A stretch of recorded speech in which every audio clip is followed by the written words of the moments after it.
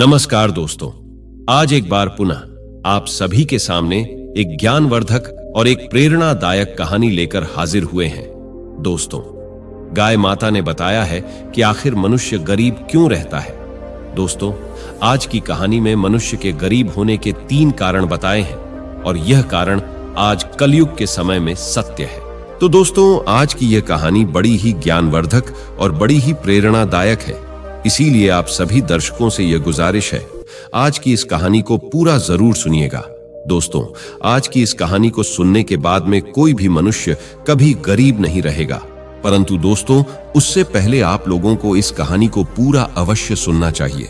दोस्तों, यह कहा जाता है कि गाय को मनुष्य के कल्याण के लिए माना गया है। दोस्तों, कहा गया है कि जब देवता और असुरों के बीच में समुद्र मंथन किया गया तो उस समय कई रत्न उत्पन्न हुए थे। उन्हीं में से एक रत्न गाय माता भी बताई जाती है। प्रिय दर्शकों, कहा जाता है गाय माता को 33 कोटि देवी देवताओं का आशीर्वाद प्राप्त है और यह माना गया है कि समुद्र मंथन से उत्पन्न गाय माता को मनुष्य के कल्याण के लिए कलयुग में भेजा गया है। दोस्तों, इसी प्रकार आज की इस कहानी में गाय माता ने 3 बातें बताई हैं और वास्तव में मनुष्य के कल्याण हेतु ही बताई गई है। इसलिए आज की इस कहानी में गाय माता के द्वारा बताई गई इन 3 बातों को सुनने के लिए आप सभी दर्शक इस कहानी को पूरा जरूर सुनिएगा। तो दोस्तों, आज की यह कहानी गाय माता की कहानी है और इस कहानी को आप सभी पूरा सुनिएगा। दोस्तों, आइए आप सभी का ज्यादा समय विलंब ना करते हुए आज की इस कहानी को शुरू करते हैं। तो दोस्तों, प्राचीन समय की बात है। एक छोटे से नगर में एक किसान अपनी पत्नी के साथ रहता था। किसान के घर की स्थिति बहुत खराब थी। किसान बहुत गरीब था। दोस्तों, किसान की पत्नी को एक छोटे नवजात शिशु की प्राप्ति हुई थी, एक पुत्र की प्राप्ति हुई थी। और जिस समय किसान को पुत्र की प्राप्ति होती है तो किसान बहुत प्रसन्न होता है, बहुत खुश होते हैं और उनके घर में पुत्र प्राप्ति होने की वजह से खुशहाली आ जाती है।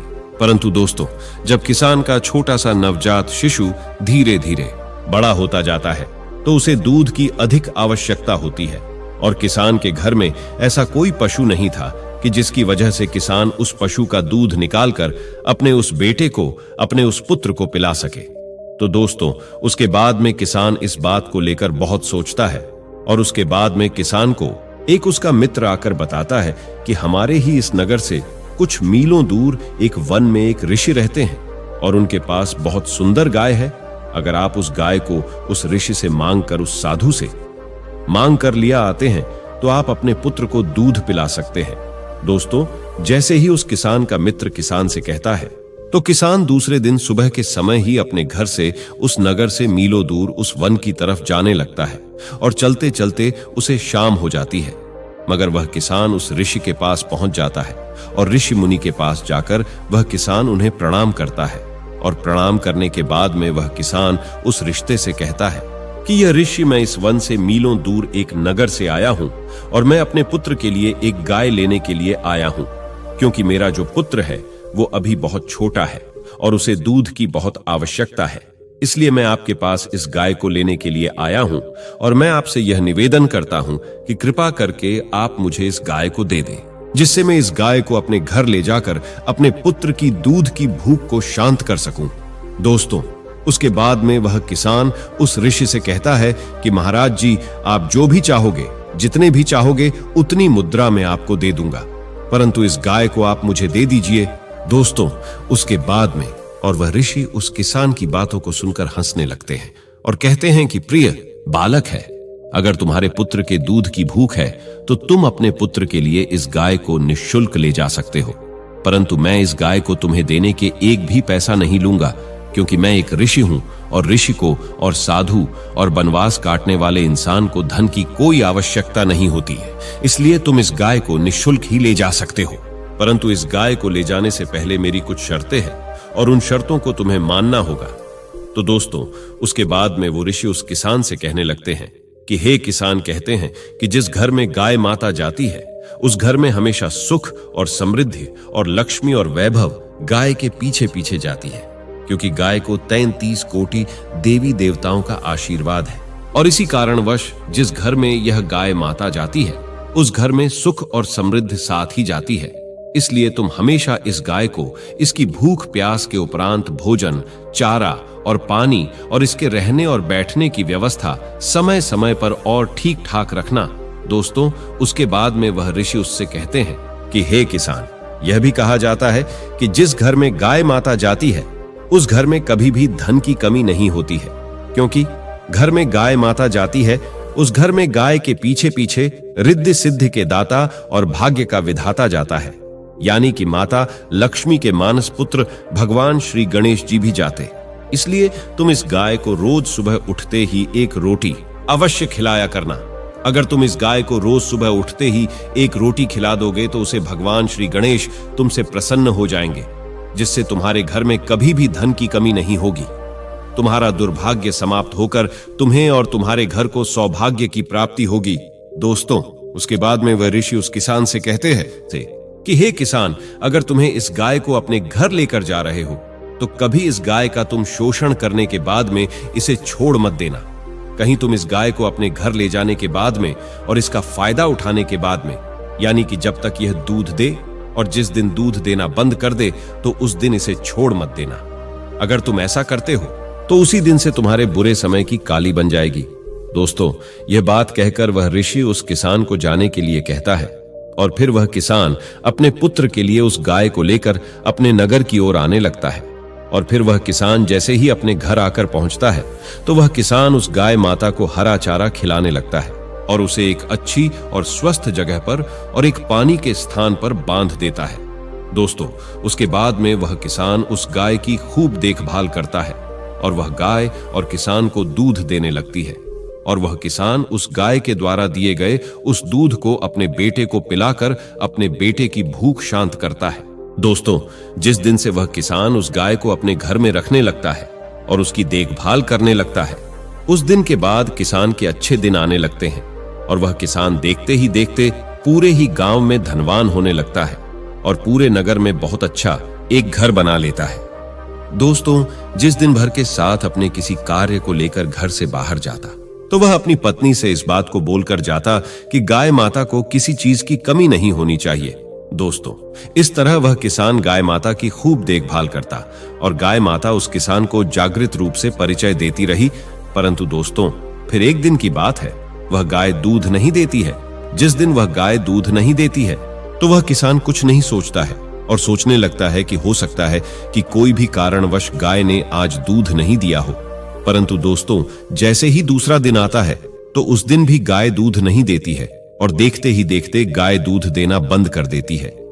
दोस्तों, जैसे ही गाय दूध देना बंद कर देती है तो वह किसान धीरे धीरे गाय की ओर से लगाव कम करने लगता है और गाय के पास जाना तक छोड़ देता है और ना ही गाय को सुबह सुबह रोटी खिलाता बल्कि स्वयं खाना खा लेता है, परंतु गाय को चारा तक नहीं देता है।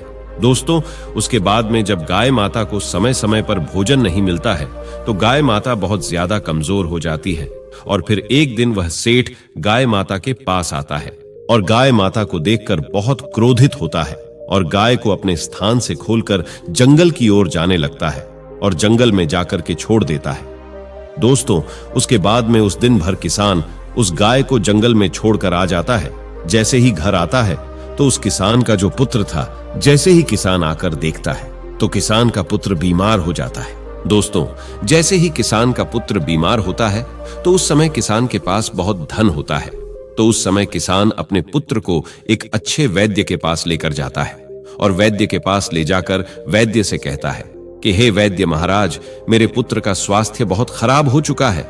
आप चाहो जितना धन ले लेना, मगर मेरे पुत्र को कुछ भी नहीं होना चाहिए। तो दोस्तों, जो उस किसान का पुत्र था उसकी हालत बहुत ज्यादा खराब हो जाती है और वैद्य उस किसान से कहता है पैसा धन बहुत चाहिए। तो दोस्तों, उस सेठ किसान का जो धन था, वह सारा धन, जितना भी उसके पास धन था, वह सारा धन उसके पुत्र के इलाज में लग जाता है। उसके बाद भी उसके पुत्र की स्वास्थ्य में कोई सुधार नहीं आता है और फिर अंत में वह वैद्य और धन के बारे में बोलता है तो किसान सेठ अपने द्वारा बनाए गए उस घर को भी बेच देता है और अपने पुत्र के इलाज में लगा देता है। दोस्तों, उसके बाद में वह किसान सेठ पूरी तरह से बर्बाद हो जाता है, कंगाल हो जाता है और फिर उसका पुत्र ठीक होता है और वह किसान सेठ अपने पुत्र को लेकर अपने घर, अपने नगर की ओर आता है तो उसके पास कोई घर नहीं होता है और ना ही धन होता है, तो वह किसान पूरी तरह कंगाल हो जाता है और अपने पुत्र को अपने पुराने घर, अपने पुराने झोपड़ी में लेकर चले जाता है और वहां पर जाकर रोने लगता है और बहुत उदास होता है। दोस्तों, उसके बाद में वह किसान सेठ समझ जाता है कि यह सब मेरे ही कर्मों की वजह से हो रहा है। तो वह किसान सेठ उस गाय माता को ढूंढने के लिए जंगल की ओर जाता है और जंगल की ओर जाकर देखता है तो उसे वह गाय माता दिख जाती है और गाय माता से जाकर वह किसान क्षमा मांगने लगता है और गाय माता के पैरों में गिर जाता है। और उसके बाद में वह गाय माता उसके किसान से कहती है कि हे बालक, जैसा करोगे ठीक वैसा ही पाओगे। दोस्तों, उसके बाद में वह किसान गाय माता से माफी मांगने लगता है। फिर गाय माता किसान से कहती है कि है किसान, हे दोस्त, अगर ऐसी बात है तो मैं तुम्हें आज 3 बातें बता रही हूं और इन 3 बातों पर तुम्हें आज के बाद हमेशा अमल करना है।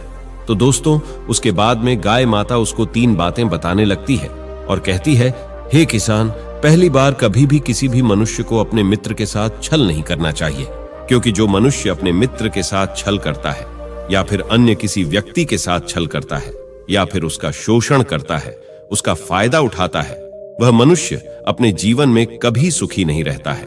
क्योंकि जो मनुष्य दूसरे के भाग्य का छीन कर खाता है, वह भोजन उसके पेट में कभी नहीं भाता है।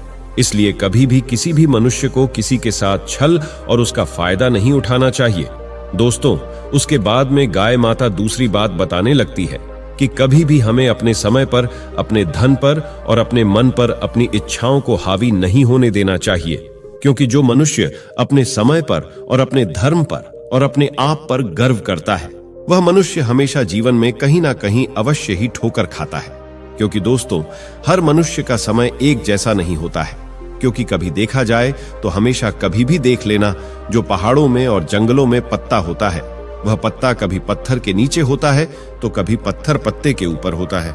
ठीक इसी प्रकार समय एक ऐसी घड़ी है जो बदलने में समय नहीं लगाती है।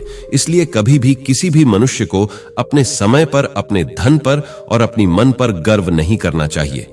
दोस्त, उसके बाद में गाय माता तीसरी बात बताने लगती है और कहती है कि कभी किसी भी मनुष्य को अपने घर के मामले में अन्य लोगों से राय नहीं लेनी चाहिए।